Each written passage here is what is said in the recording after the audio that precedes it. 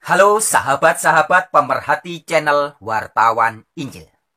Sahabat-sahabat, pada video kali ini saya ingin membagi tips cara membedakan antara hal-hal yang ada tertulis di kitab suci dengan hal-hal yang hanya asumsi atau tafsiran-tafsiran dari orang-orang atau kelompok-kelompok tertentu.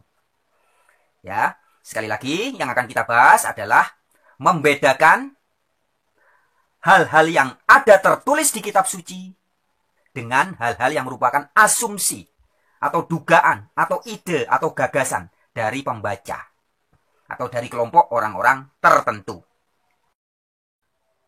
Video ini saya sampaikan untuk mengajak sahabat-sahabat pemerhati channel Wartawan Injil supaya menjadi orang-orang yang kritis, jeli, teliti ketika membaca kitab-kitab suci. Khususnya dalam hal ini yang akan kita bahas tentang Alkitab atau Bible dan juga Al-Quran. Ya, jadi tujuannya adalah supaya sobat-sobat pemerhati channel Wartawan Injil menjadi orang yang jeli, yang teliti, yang kritis.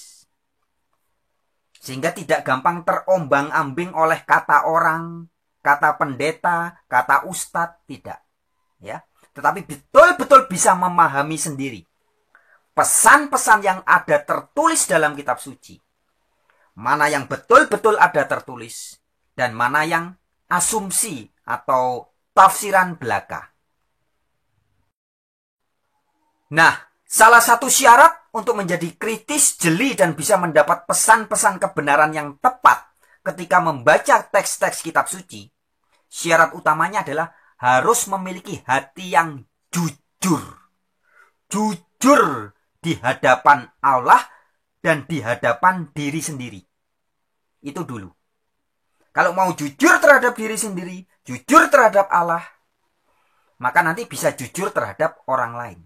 Jadi kejujuran ini salah satu syarat utama. Tanpa kejujuran, maka hal yang sudah begitu jelas ada tertulis di kitab suci bisa dibolak-balik, diputar balik, bahkan bisa disangkal. Oh, enggak begitu. Oh, bukan begitu. Nah, bisa gitu nanti. Nah, maka dibutuhkan hati yang jujur. Itu syarat utamanya. Oke, sobat-sobat, mari kita langsung mulai, ya. Saya berikan contoh-contoh hal yang ada tertulis di Bible atau di Alkitab. Dan juga nanti contoh hal yang merupakan asumsi atau ide atau gagasan. Salah satu contohnya adalah tentang Trinitas. Nah, hal-hal yang jelas ada tertulis di Alkitab, salah satunya di dalam Injil Yohanes, perkataan Yesus sendiri ketika berbicara tentang Allah yang benar, tentang satu-satunya Allah yang benar. Yesus Kristus memperkenalkan Allah yang benar adalah Bapa. Paulus juga dalam suratnya dalam 1 Korintus 8 ayat 6 juga mengatakan, bagi kita hanya ada satu Allah saja, yaitu Bapa. Nah, jadi Allah yang ketika kita konteks kita bicara tentang Allah yang benar, baik yang disampaikan oleh Yesus, oleh Paulus, dan oleh para rasul lainnya, itu sama. Yaitu satu-satunya Allah yang benar yang dibicarakan dalam Alkitab adalah yang disebut sebagai Bapa. Nah, Bapa itulah yang di dalam kitab-kitab perjanjian lama diperkenalkan sebagai Yehova atau Yahweh atau Yod-Heh-Vav-Heh, YHWH. Nah, itu semua ada tertulis. Dalam kitab Yesaya dikatakan, Yahweh, engkaulah Bapa kami. Loh, ada tertulis jadi. Dalam Injil Yohanes 17 ayat 1-3, Yesus menyebut Bapa, engkaulah satu-satunya Allah yang benar. Ada tertulis. Surat Paulus dalam 1 Korintus 8 ayat 6 menyebut, bagi kita hanya ada satu Allah saja, yaitu Bapa. Jelas banget kan? Itu semua ada tertulis. Nah, sedangkan hal-hal yang merupakan asumsi atau ide atau gagasan dari orang-orang tertentu. Contohnya begini. Menurut Alkitab, Allah itu adalah Trinitas. Pernyataan itu bahwa menurut Alkitab Allah itu adalah Trinitas, ini sama sekali tidak ada tertulis di Alkitab. Atau dengan kata lain, doktrin Trinitas, yaitu doktrin tentang adanya 3 Allah yang maha kuasa. Allah Bapa, Allah Yesus, Allah Roh Kudus. Semuanya ini Allah yang maha kuasa. Itu ajaran Trinitas ya. Itu tidak ada tertulis di Alkitab. Jadi yang ada tertulis di Alkitab adalah Bapa adalah satu-satunya Allah yang benar.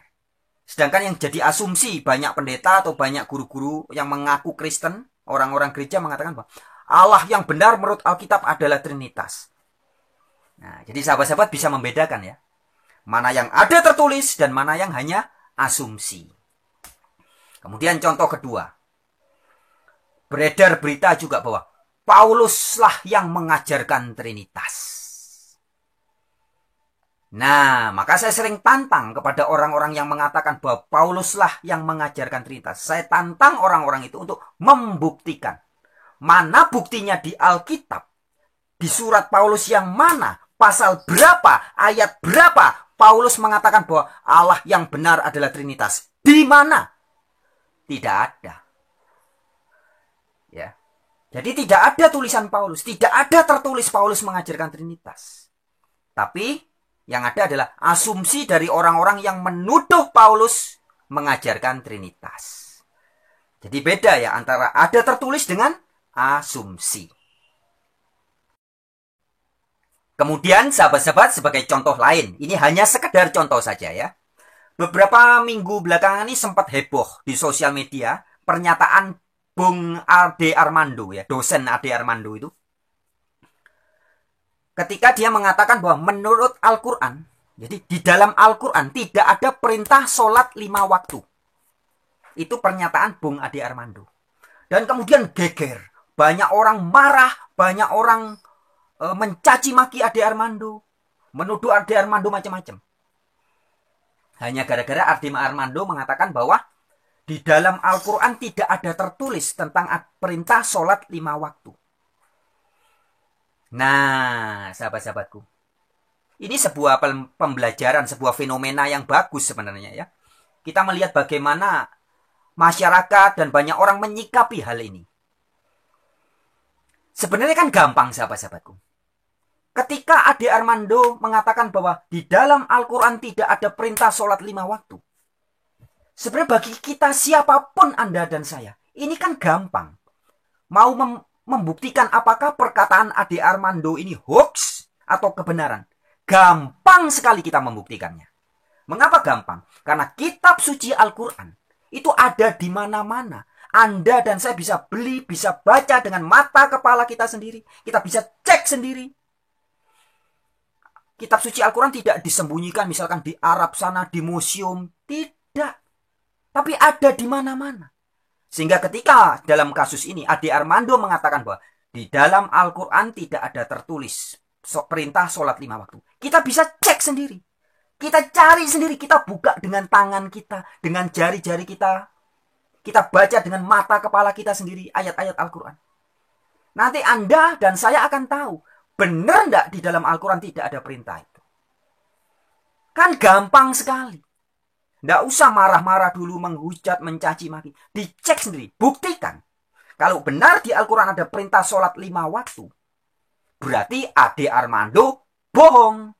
Tapi kalau benar di Al-Quran tidak ada perintah sholat 5 waktu, berarti yang disampaikan Ade Armando adalah fakta, realita. Kan gampang. Gitu aja kok repot. Kemudian contoh lain lagi. Ada doktrin atau ajaran-ajaran yang disebarkan sebagian atau sekelompok orang mengatakan bahwa kitab suci Al-Quran itu hanya miliknya umat yang beragama Islam saja. Jadi yang non-Islam, non-agama Islam tidak boleh baca dan tidak boleh menafsirkan. Begitu katanya sekelompok orang itu. Nah, apakah benar? Nah, itu hanya asumsi, sahabatku. Itu asumsi. Ajaran yang mengatakan bahwa Al-Quran hanya milik umat beragama Islam saja. Itu adalah ajaran yang didirikan di atas dasar asumsi. Ide saja, gagasan orang atau sekelompok orang. Tapi bukan kebenaran yang ada tertulis di Al-Quran. Mengapa? Karena di Al-Quran jelas ada tertulis. Banyak ayatnya mengatakan bahwa Allah atau Rob yang diberitakan di dalam Al-Quran adalah Robbil Alamin. Tuannya semesta alam. Tidak dikatakan Robbil Muslimin. Tidak. Jadi tidak dikatakan Tuhannya umat Muslim saja. Tidak. Tapi dikatakan Robbil Alamin.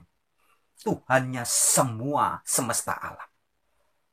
Nah, jadi jelas Al-Quran tidak diberikan hanya bagi orang yang beragama Islam saja. Itu secara tertulis. Dan kemudian secara fakta yang kedua ya. Jadi yang pertama secara tertulis. Al-Quran tegas mengatakan bahwa Allah yang diberitakan adalah Robbil Alamin. Allahnya semesta alam. Jadi Allahnya orang Yahudi juga. Allahnya orang Australia. Allahnya orang Jepang. Allahnya orang Cina. Orang Korea. Orang Jawa. Orang Batak. Orang Madura. Semesta alam. Allahnya binatang-binatang juga. Ilahnya tumbuh-tumbuhan juga. Itu yang ada tertulis.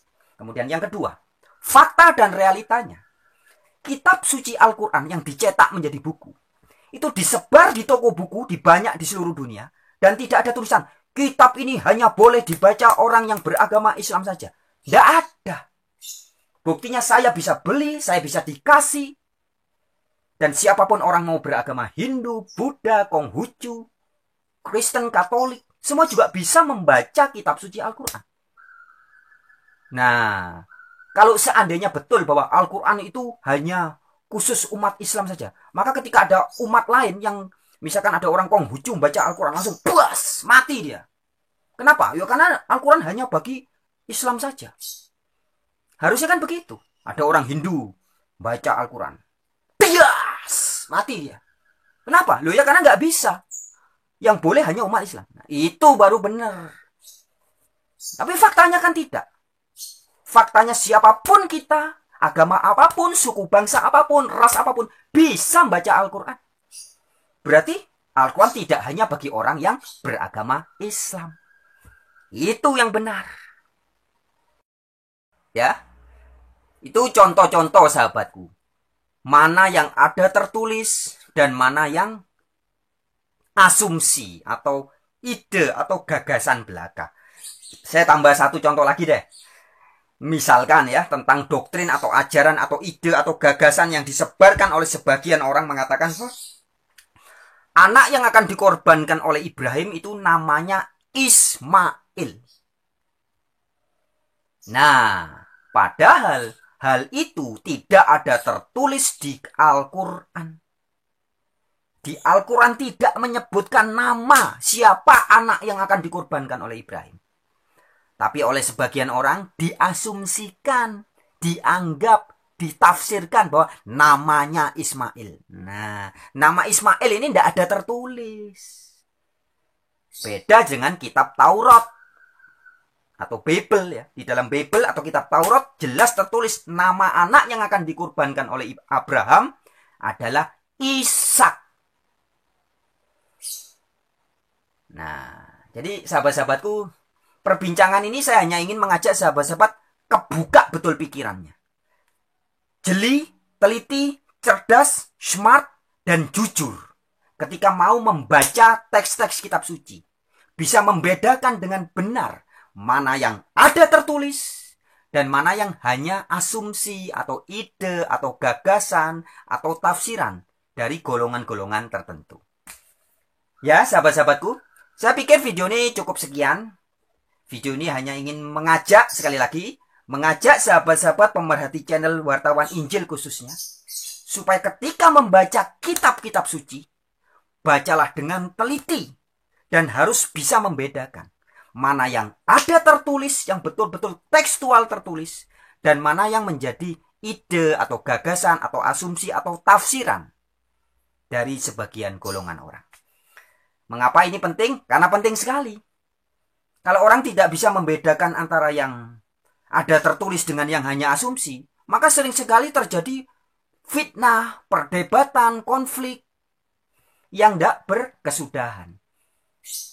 Ya, maka di dalam, izinkan saya mengutip surat 1 Korintus 4 ayat 6 dikatakan, Paulus mengatakan, jangan, ingatlah, jadi Paulus mengingatkan kita supaya ingat tentang ungkapan, jangan melampaui yang ada tertulis. Jadi ketika kita bicara tentang kebenaran Alkitab atau kebenaran Al-Quran, ini ada ungkapan atau pesan yang bagus. Itu tadi, jangan melampaui yang ada tertulis. Ya, jadi kalau ada tertulisnya bahwa Allah itu satu, ya jangan ditambahi trinitas atau 3 tapi 1. Jangan ya. Kalau ada tertulisnya bahwa satu-satunya Allah yang benar adalah Bapa, jangan terus ditambah-tambahi Allah yang benar adalah Tritunggal Maha Kudus. Ya, itu namanya melampaui yang ada tertulis. Dan itu adalah asumsi atau ide atau gagasan belaka, bukan yang ada tertulis. Oke sahabat-sahabat, terima kasih banyak buat siapapun Anda yang sudah pay attention, memberikan pikiran, memberikan hati dan waktu menyimak video ini. Salam jumpa di video yang lain. Shalom, shalom, rahayu, namaste.